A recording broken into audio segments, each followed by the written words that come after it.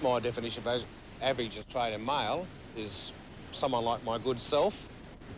I get up every morning, I go to work, I supply the needs for the family, I do the best for the community, love sports, love a drink, and above all, just be fair and do your best. The gun is in the sky now, the tension's running high now, it's written on everyone's face. You're there with the Typical Australian has blonde hair, blue eyes and freckles. get back in the race. I do think I'm pretty much a typical Australian. I come to the beach a lot, I go out at night, a lot of Australian tradition in it. Let in the oars as you head back for shore, neck to neck with the best. Got Anglo-Saxon background, maybe that can be regarded as being typically Australian. It's a pretty close shave, but still, it's anyone's race. Those who know how Australians like to see themselves are those who helped manufacture that image, the ad men. Well, we've got this one here, and he's fairly typical Australian. We tend to use myths from the country and myths from the city. For example, the guy with the bushie with the corks around his hat, he's still reflected in a lot of advertising, still reflected in a country road catalogue, if you like. And the Bondi Lifesaver, although he might sound a little corny, you'll see him in a Chesty Bond ad, you'll see him in ads for Cozies, anything that's on the beach during summer, you'll still see him. And what we're doing there is we're holding a mirror up to what Australians like to see themselves as, and we're playing it back. And people love that. It might not be what they really are, but it's what they'd like to be. We're not too worried about reality. We're worried about the perceptions of people out there. It's the media that distills the symbols, the superficial character of our people. But others seek the values that are supposed to underlie the Australian character. And nowhere else have these values been more strongly articulated than through the traditions of Anzac.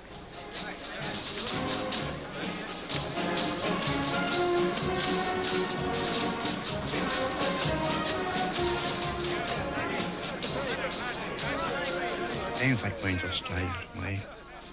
Mateship, practically the same thing, part of being Australian, I suppose. Mateship's very hard to describe. My wife said to me one day after the war, I was talking to a couple of mates, and she said, before the war, you wouldn't be seen dead with those people. You wouldn't tolerate them. I said, no, that's right. Then why is it now? I said, well, they're my mates. They served, they shared the last cigarette, the last in a bully brief. If I got murdered and fell over, they'd pick them up and bring them out, and I'd do the same for them. And then after the war and down through the years, you worry about them. You worry about their family and their kids. If they're in trouble, you do your best to get them out. That's what legacy's all about. You ask a legacy man what mateship means, and he'll give you a good story.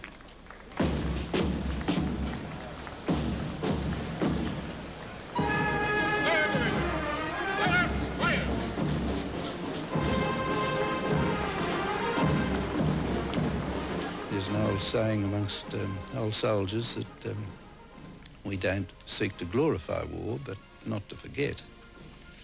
And I think that this is very important. I think that the most evident characteristic of Australian is their sense of freedom. Freedom almost to do anything they like.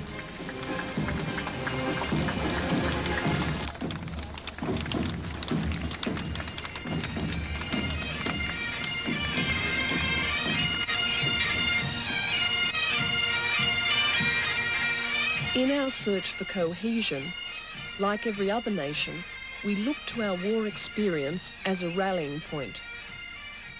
It was war that proved our capacity for national cohesiveness, purpose, and spirit. Every one of the virtues displayed in time of war has become part of the Australian character. We believe, I consider as a people, we believe in our flag. Because the flag,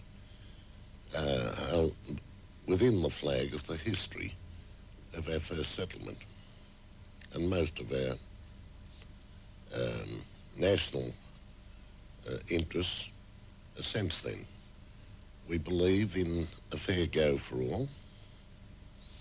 We believe in, whilst Queen Elizabeth is Queen of Australia, we believe in our Queen. And we believe in the Westminster system of government. I suggest the best method of governing in the world. Say that ye hold fast to the heritage we leave you, yea, and teach your children that never in the coming centuries may their hearts fail or their hands grow weak.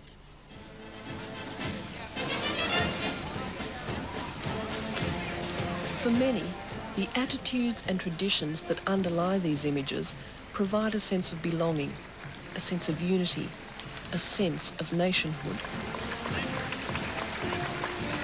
If these values aren't accepted, if people don't assimilate, if they don't adhere to these traditions, then for some there is a threat to the identity of the nation and the security of the individual.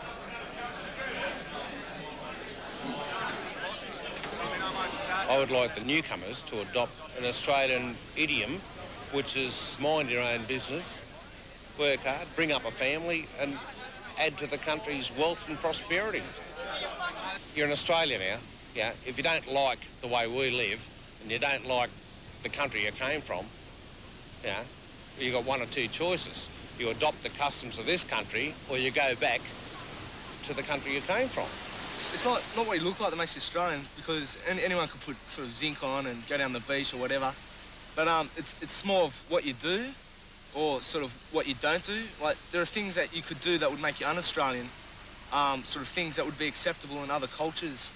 Like, if you go sort of like to the Arab nations, like, they treat their women differently, and the way they treat their women is acceptable over there, but it's not really acceptable here.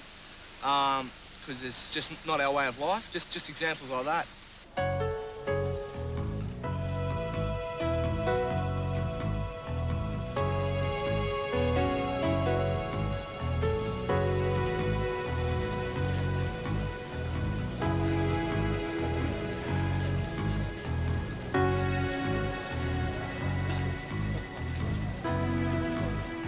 Well, now it seems like a sin to be a white man in your own country, Australia, because once again a minority is ruling a majority. If I turned out on the street and said, I don't like wogs, chocos, gooks, all that, they'll have you in the anti-discrimination court, give you a fair shellac and they will, because they deem that you're just being a horrible person. Yet anyone from an ethnic background can come up and call me a skippy, white trash, a dirtbag, anything they like. Yeah, I haven't got a ground to stand on.